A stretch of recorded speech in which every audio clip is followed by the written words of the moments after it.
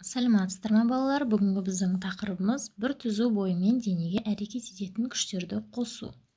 Оқу мақсаттарымыз күштерді берілген масштабта графикалық түрде көрсету, яғни суретін салу. Одан кейін денеге әсер ететін және бір түзудің бойымен бағытталған күштердің тең әрекетті күшінің модулі мен бағытын анықтау. Сіздермен бірге Мақпал Мұратқызы. Сабағымызды бастаймыз. Ал сабаққа кіріспес бұрын бірінші үй жұмысын бір тексеріп алайық. Күш дегеніміз не және оның өлшем бірлігі қандай?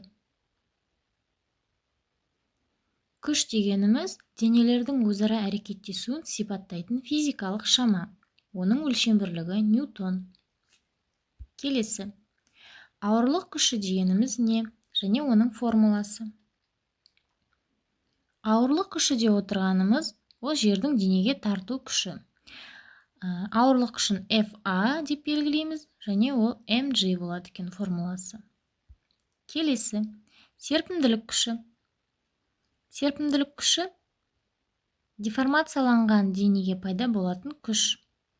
Оның формуласы kx. Келесі, үйкеліс күші.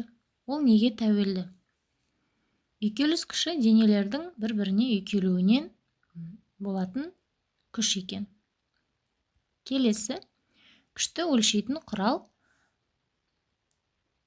бәріміз білеміз, ол динамометр. Ал енді балалар, осы сұрақтарға жауап бере алған болсақ, онда өте жақсы, орташа деген 3 баға бойынша өзімізді бағалап шығайық. Енді бүгінгі тақырыбымызға кірісейік. Тақырыбымыз бір түзу бойымен денеге әрекет ететін күштерді қосу. Денеге бір мезгілде әрекет ететін бірнеше күштің денеге тигізетін әрекеті басқа күштердің сол денеге бір мезгілде тигізетін әрекетіндей болса, онда ол басқа күштердің тең әрекетті күші деп аталады екен. Енді осыны балалар сіздерге түсінікті болу үшін мысалмен келтірейік. Шалқан деген ертегіні барлығымыз білеміз, е? Шалқан ертегісіндегі кейіпкерлер шалқанды жерден суырып алу үшін барлығы бір бағытта тартады. Яғни күштерінің бағыты бірдей. Сонда бұл жерден шығып тұрған біздің заңымыз міне, егер бірнеше күш бір денеге, яғни бір бағытта әрекет ететін болса, онда олардың тең әрекетті күші де солай бағытталады, және осы күштердің мәндері бір-бірімен қосылады екен. Яғни F1 плюс F2 болады екен. Келесі, егер де бір денеге қарама-қарсы бағытталған екі күш әрекет ететін болса, онда олардың тең әрекетті күштері түсірілген күш жағына қарай бағытталады, күш жағына қарай, және осы күштер мәндерінің айырмасына тең болады. Оны мына арқан тартыс деген ойыннан мысал келтіруге болады екен. Яғни F1 минус F2. Күш екі жаққа кетіп жатыр, екі жақтағы бағытқа.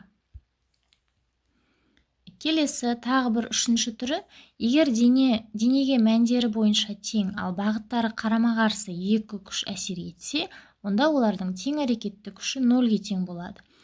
Тең мәндері деген қалай ол? Яғни бір нүктедегі күш екі жаққа қарай бағытталып тұрса, яғни олардың күштері бір-бірімен тең болса, онда тең әрекетті күші нөлге тең болады екен. Ал енді балалар, осы үш күштің бағыттарын түсінген болсақ, бекіту тапсырмасы арқылы өзіміздің деңгейімізді анықтап көрейік. Есептер өте жеңіл, үш түрлі есеп осы үш түрлі мысалға берілген. Ал енді шығарып көрейік.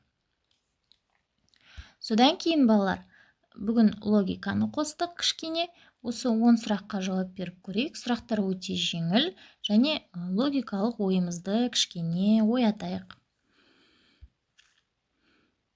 Балалар, осы тақырып сіздерге түсінікті болған болса, ББ әдісі арқылы сабақты бағалап кетейік. Менің видеома лайк басуды ұмытпаңыздар. Назарларыңызға рахмет. Сау болыңыздар.